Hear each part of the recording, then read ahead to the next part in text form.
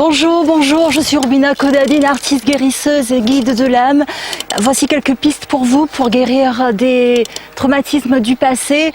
Quelque chose qui est accessible à vous là de suite, c'est de retrouver de temps en temps une activité qui nourrit une part de votre enfance. Imaginez-vous enfant, qu'est-ce qui peut vous nourrir? Quelque chose de très simple, quelque chose qui est accessible. Ça ne guérit pas, bien sûr, totalement les traumatismes. En revanche, ça nourrit. Et comme quand on est malade et qu'on mange une soupe, par exemple, ça nous guérit, ça nous aide à guérir. Et donc, la toute première clé est de temps en temps retrouver une part de cette joie d'enfance, même si vous ne ressentez pas la joie, c'est pas grave. C'est tout simplement d'accepter de faire une petite activité qui va toucher à cette part de l'enfant qui a été blessé en fait. Et cet enfant qui a été blessé, parfois, on a envie de savoir qu'est-ce qui s'est passé réellement, pourquoi, comment. Il y a des circonstances et des personnes qui savent exactement quels étaient leurs traumatismes, mais souvent on a envie de fouiller, on a envie de trouver les coupables, on a envie d'avoir qu'il y ait justice de fait.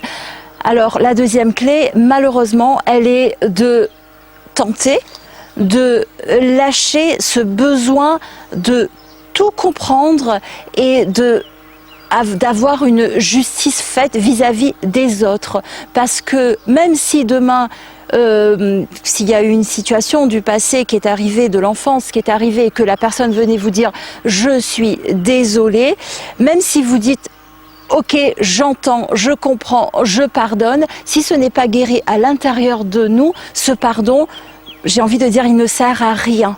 Donc, lâcher le besoin de tout savoir va être important parce que parfois, notre inconscient ne nous a pas donné toutes les informations pour une raison, c'est pour nous protéger.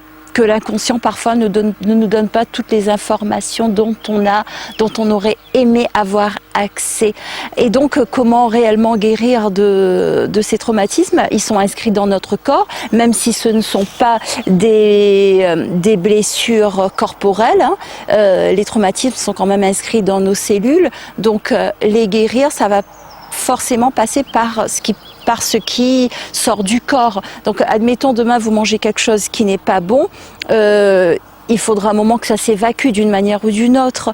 Donc parce que par rapport à ce que moi je partage, ça s'appelle le chant vibratoire et la danse intuitive. Ce sont des outils que j'ai gracieusement reçus quand je traversais la maladie et autres, donc qui m'a demandé de guérir de beaucoup de choses. Donc ce sont des outils que je partage en accompagnement individuel, en atelier, en stage. Je vous mettrai le lien dans le descriptif ci-dessous. Mais si demain vous allez voir un thérapeute ou autre, je vous recommande d'aller voir quelqu'un qui va faire participer votre corps, c'est-à-dire que vous-même, vous soyez acteur de ces libérations. Alors, le quatrième point qui est assez important, c'est que, tout comme je disais, parfois l'inconscient n'est pas prêt de recevoir des informations. Provoquer la libération, c'est-à-dire de dire bon là, je vais agir comme ça pour provoquer la peur, pour provoquer la colère, pour provoquer des choses. Cela non plus n'est pas forcément très recommandé parce que la guérison de l'enfance, pour qu'elle soit, j'ai envie de dire, pour qu'elle soit honnête et juste, elle doit passer quand même par une certaine forme de lâcher prise. Parce que si on provoque, c'est comme lorsqu'on veut savoir et tout comprendre. C'est-à-dire si on veut provoquer les choses, ça va parfois faire plus de mal que de bien. Donc une partie de la guérison, du moins telle que je l'enseigne, telle que je le pratique et telle que, oui, je le fais dans les accompagnements, ça doit passer par une certaine forme de lâcher prise, c'est-à-dire faire confiance que dans la vie de tous les jours, il y a des événements qui nous arrivent et qui nous demandent de travailler sur certaines peurs et sur certaines colères. Et cela, en même temps, va aider, si on est accompagné par quelqu'un, en libérant tout cela, cela va nous aider à guérir ce qu'il y a dans le passé, parce que le passé est relié au présent.